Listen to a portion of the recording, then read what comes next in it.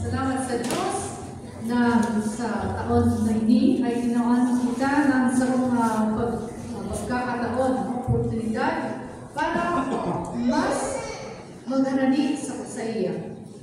Anong taon na ini? Ang taon ay Jubilee Year. Ang taon ng Jubileo. So, bukod sabihin, ano bang Jubilee Year? Ay, sarap pagkakataon para sa kita magbakli, magkonvertir, no? Magbalik loob sa Diyos. So, yan, sa panahon ng Kwaresma, parang na mas doble pa ang pagkikipaglaban niya to, no? Kasi Jubilee Year, no? Ano bang mangyayari sa inyo Jubilee Year? Ay kita ay makapag-resibi ng sarong oportunidad na maranasan natin ang pagpapatawad ng gabos niya kung kasalanan. Gabos niya kung kasalanan. Pati na mga kasalanan na ginigo niya ako na aking makita. Sa puno niyan. So, hindi ay mangyayari sa Jubilee Year.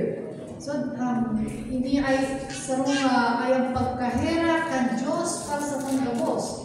Diba sinabi na binanggit na manugod sa influensya na ay posible na kita makaresibit ng influensya ang pagpapatawad, kagabos, niyatong kasalanan. So, kaya ay diba nagpunta nito sa Convents of the Year na sinabi ng Santo Papa na ang panahon ng Jubilee Year ay panahon na magkaiba ng paglalakbay, pilgrimage, whether sa individual level o kaya community level, whether rin sa pamilya, na maglalakad ka mo pasiri sa sarong Jubilee Church para ma-receive ang indulhensya, magpapatawad ng gabos mga kasaklan. So,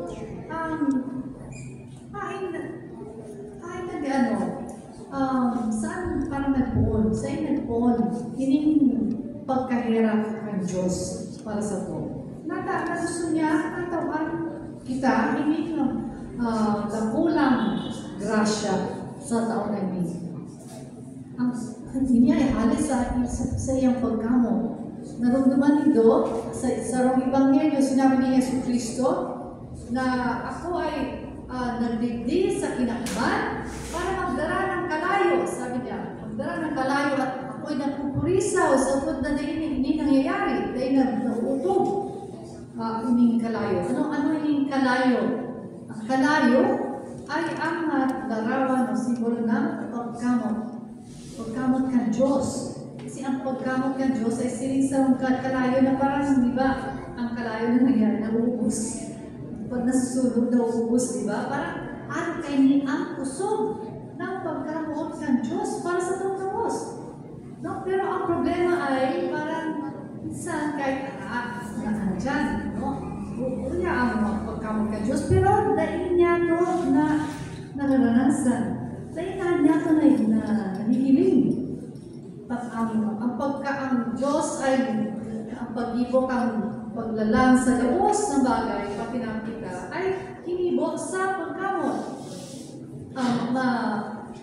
Pag nahiling mo ang mga ginigo niya, halimbawa ang doon, ang daw, ang volcano, mga burak, magayon, parang naranasan niya ito ang pagkamot kan Diyos, di ba? Pag nagkakakita ng bangga, ano paborito nindo,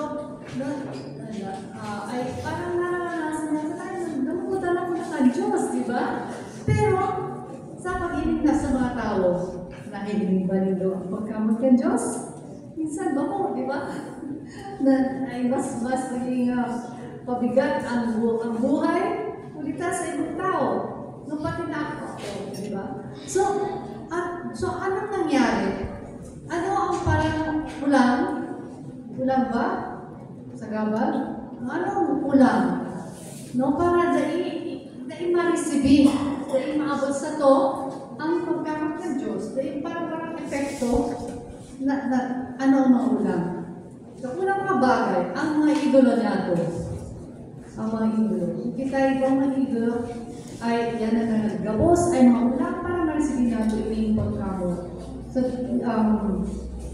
diba sinabi sa Shema, ang Diyos ay kabulanan, siya sa naang kabulanan. Pero kung kita ay mga idolo, ay iba na ang kabulanan niya to. So, anong sarong halimbawa? Ang pamilya. Ang isang unang ginigibon niya para sa pamilya, para sa mga aki, para makuha niya ang gabos. Anong gusto ng aki ko? Ginigibon mo ang gabos para makuha niya. Diba? Pero minsan, makuha siya kabutan ka Diyos. Minsan, naging laki sa laya, minsan mga aki,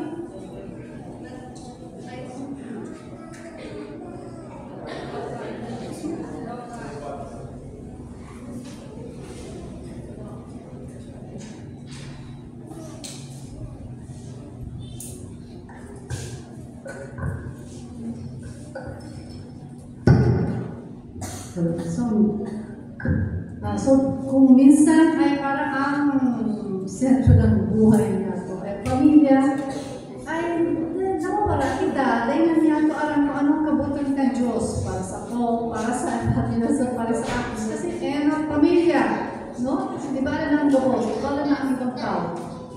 So, pati na ang alam mo paano pang sa pang-idolo, sa pang-ulang, ay ang isang mentalidad na lalo na dito sa Pilipinas. Anong mentalidad na rin ito para ma-isipin natin ang kamang ng Diyos? Ang mentalidad na ang kinakaikuan ay gabos parang dahil ko sinda mabibigo. Parang dapat mahiling kang gabos ng tao na okay akong tao. So, kung sabi mo, sa lubos, itatago mo kung sisay ka.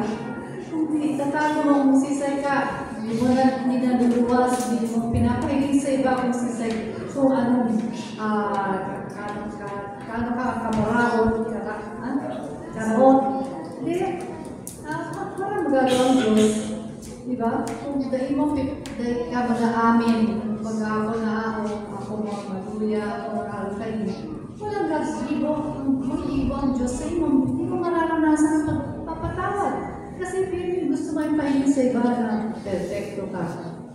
Minsan, imbis na ibuhon ang kabutan ng Diyos, iibuhon ko ang kabutan ng nanay ko, ang kabutan ng responsible ng community, ng amigo ko. Diba? Para nakuha ko ang pagkamot niya. Kasi kung, diba, ang Pinoy, dipisilan magsabi na, abo ko. Diba? May magsasabi sa inyo, ibuhon mo yun, opo. Yung teacher mo, kahit abo mo. At lalo na pag dahil siya kabutan ka Diyos. Pero ibuhon mo kasi sabi ni Allah sa inyo, para tayo mawala ang pagkamot niya para sa iyo. So, problema niya itong mga Pinoy, no? Sarapay, al-ulam, na ay para sa lasa to, ay ang pinakanakula ay ang kwarta. Sisay, dahil na mumutan ang kwarta. Taga-boss, mumutan na itong kwarta. Kung iba kitang kwarta, kulang din mo, no? Pwede may bakala ng mga bagay, no? So, minsan, ay naging Diyos ang kwarta. Dahil natin ibuhan ang kabutan ng Diyos. Dahil natin magiging malaya, balingkas. Kasi, sabi ng kwarta, ibuhan bala na yung community. Kasi may test, kasi may exam, may board, kasi may board exam, kasi may paper, kasi may trabaho, kasi may inakaikuan ko, hindi pag points na mo, merits, para makuha ko yung promotion, etc. No? Tapos naging, butahan na kita, para may kung anong kabutan ka Diyos para sa ko. So, nakula mga bagay, no? Mga bisyo. Diba? Ang mga bisyo ay ang ginagamit kang demonyo. Halimbawa, ang pornografiya, no? Ay sa arong paagi na maglaog sa to ang demonyo. As in, ang pag-control sa buhay niya. So, demonyo na, ako na ang Diyos. No? Kaya, sa inimbitar ko kamong gabos. Tinako na sa inyong panahon ng Kwaresma, parang nanyatang sa mga panahon na nagari sa pagkikipaglaban sa demonyo. No? Ang gabos na maiisip niya to na papalayo sa atin sa Diyos ay ang utuhan natin. No? Parang tatalikuran natin. Isisikwal niya to ang gabos ng mga bagay na nagpaparayo sa Diyos. So, halimbawa nga, ang mga bisyo ng pornografiya, pag-inom. So, kung nga ang isang barkada ay nagdadala sa imo magkasala, mag-inom, etc. Dahil mo, hindi nga, huwag ka mo magkaiwanan magkipag-imkwento sa ina. No? Kung ang cellphone mo ang nagdadala sa iyo sa kasalan, tawag mo sa mo, no? O kaya, gamitin mo sana para mag-text, chat, tapos na. Dahil na ang browsing, ilong kang net, oras ng browsing mo, magdadala sa iyo magkasala, whether pornographiya, whether sa relasyon na mapagtama, o whether gaming online, sugal, diba? Mag-isip kita ng pangsaro. Kaya ang Diyos, ang simbahan, ay nag-isip in panahon ng Kwaresma para maging tabang sa to. No? Kaya ay inimbitan kita ka, boss, na mag-ayuno. Bakusa na sa mga pagkaon, pero para sa mga bagay na nagdadala sa to sa kasalan. Mag-ayuno sa cellphone, mag-ayuno sa mga amigo na nagdadala sa imo sa kasalan. Mag-ayuno sa Netflix, mag-ayuno sa TV. At pati na maaki. Right? Manugod sa transmission of faith, pagsasalin, pagpapasa kang pagtubod sa inda, ay tutuan sa inda. Ay naaki sinda, no, ano kayo na, halimbawa, sa lambang Biyernes, ang bilog ang pamilya ay makakansa na sa panahon ng Kwaresma ng tinapay asin tubig. Tapos mag-reklamo sinda, no? Siyempre, tapos ano sasabihin mo? Hindi nga si Jesus. Nakakanda siya dyan. Ako, hindi niya inakaipuhan niya ito dibuhon. Sa nung aldaw sila lambang na semana. Sa Biyernes, inakaipuhan na ipaliwanag sa inda na pag kita ay inaagihan ang kasakitan, halimbawa, buto, ay isang kaagi na magiging kita kay Kristo. Kasi dahil nga ito, arang nilagyan ni Kristo, no? Sa mga kasakitan, ang mga pagtinos nangyayari sa buhay niya ito, ay ang nagtatabang sa to para naging sarong kay Kristo. Para pwede kita i-atang, no? I-offer. I-atang ang hindi na sakripisyo. Ano kay Kristo?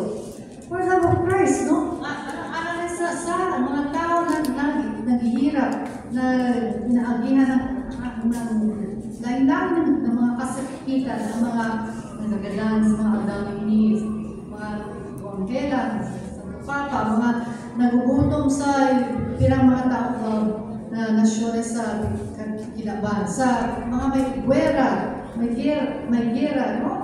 Ay pwede kang mag-alay, mag-atang ang mga bagay na ino.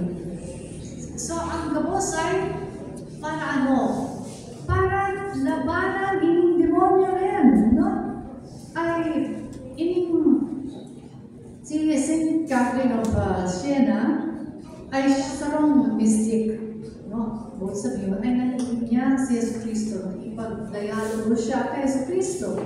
At sa mga daw, nalilin niya ang mga demonyo naglalaog sa iya. So sa takot sinabi ni Jesus, hindi mo naglalaog sa ko ang mga demonyo ang gigimong mo. Sabi ni Jesus Cristo, umiling sa ko. Look at me, sabi niya. So yan ang kinakaipuan niya itong ibon, pirme. No? Pag niya ito na ibang mga tuksokang demonyo ay humiling sa Kristo. Siya ang magtatawag. Siya magbibigay ng grasya. Tatawag kita kagrasya kung gusto niya ito. Pero kung gusto niya ito mga kasalanan niya ito, wala niya ibon sa Kristo, wala siya mag-ibos. Pero kung habo niya ito, ang mga kasalanan niya ito, pinapailin natin ni Kristo, tapos nag-iibo ka na ng bagay-bagay para maiwalay, magsuway sa mga kasalanan niya. Pag mahiling ni Kristo yan, ay tulos siya magtatawag. So, gusto niya mahiling kung ano ang nasa puso niya ito. Siling sa Ebanghelyo, sa araw ng daw na di ba? Kung anong pumatawa sa puso, ay iniatali sa puso. Depende kung anong laman ng puso niya ito. So, kung ang puso niya ito gusto magbalik loob, gusto mag-aranig kay Kristo, gusto maging talingkas sa mga kasalan, tatawag siya. Nandiyan ang grasya. Kasi yan ang pagkamot ng Diyos. Alam niya na kung kita ay talingkas sa mga kasalan, talingkas sa mga demonyo, hindi maging magmakon. Ano kayo niya ang pagkamot, ang nagulang pagkamot ng Diyos sa to? So, yes, salamat sa Diyos na tinataon kita yung panahon ng Jubilee, ng panahon ng Kwaresma. Manugod sa yung yan ay papayag sa Ebanghelyo sa San Lucas. Pag nag-nitbit nito, ining nataramang ini, kita ay naresipid na nito sa enot na evangelisasyon sa final conference, ang sermon sa bukid.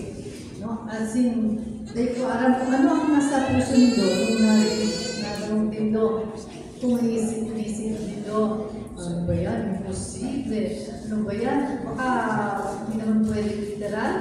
No? Hindi natin kung siguro ito pwede ito. No? Pero, dahil ko alam kung sa indo ay parang kinausap, nakipagulay ang spirito sa iyong spirito para sabihin sa iyo, hindi ang katotohanan. Dahil ko alam, sana na ikaw sa indo ay pag naresibin nindo ining tataraman, kahit na alam nindo ay imposible, ay sa puso nindo, sa spirito nindo, ay kinausap, pinag-ulay ang spirito, at sinabi sa inyo, totoo ninyo. Ini ang katotohanan. Kasi kung kamo ay nagtuon, sana hindi ay nagtabang ba ng spirito para maging totoo, maging mautog. Ini tataraman sa buhay mo. Hindi paano? Sa paagin ng paglalakaw. Kaya inimbitan ka mo, di ba, sa katapusan ng panibensya, gusto nindo ini? Gusto nindo mangyari sa imo? Di maglakaw. No, sa Eucharist, sa celebration of the words, sa monthly convent, maglakaw. So, sana seryosohin niya to. At asinahin niya to. Ang sisayban nagdahog, asin naglakaw ng tulos, ay iguang pagbabago. Minsan, dahil hindi.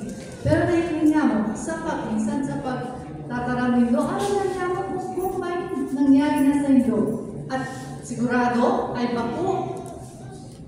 bakuli ka sa kusog mo. Ini ay hari sa spirito. Hari sa pagdadamong sa tataramon ng Diyos na ibang poder. Hari sa pagre-receive kang kahawak asin dugo ni Kristo. Ay, so epektibo ay hining gabos. Pati ng preparation kasi alam ko na ibang mga tuga, okay, sa paglalaka sa word Eucharist, pero pagdating sa preparation, ay, iba akong hahelan sa kanila. Masunod, ay, nako, iba akong paper, ay, nako, may nangyari, etc. Pero may mabayong oras. Walang oras para sa preparation. No? Pero sinabi na ni Ascension sa announcement na pinakaikuhan na tauan kang halaga. Tauan kang halaga ang preparation. No, ay isang date na hindi Yesu Cristo para sa ito. Na gusto ka gusto niya makipag-dialogo sa to. Nagigibuhos sa to, dakulang mga katakaramang ipapahayag na magkatabang sa to, na magdalaog sa to para maghibo ng sarong bahagrong bagay sa to. So sana dahil paspasan, minsan kulang sa oras, no? Ay naman na yan. Pwede niya, sige, pili na tayo, pili naman na natin basahin yung iba. No, ay nakuha na na siya. Wala na oras, ikaw na first reading sa kindergarten. Okay, ha? So, oras, tapos ba yung tao ko? Wala ako dyan, ako na lang yung prayer.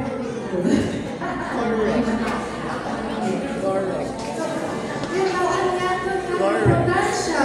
Kaya na, ang pagkawag ng Diyos, ang kalayo, ng Diyos na maabot sa to. So, sana ito, parang magiging nato na hindi ay sa mga bagay na makapagtabang sa to, ay sa to yan pagkaon. Pagpakaon niya to ang Espiritu. Bago sana ang hawa. Pati ng Espiritu. Yan ang pagkaon niya. So, sana ma-receive niya ito ining nataramon, ining sermon sa bulot, ang parte ng sermon sa bulot, na ibang pagmanasa na mangyari sa buhay niya. Ini ay isang bagay na magdadara, ini ang tataraman na magdadara sa to sa ining panahon ng Kanipores. So, matulog sa labos, kasi ma-receive yung tataraman.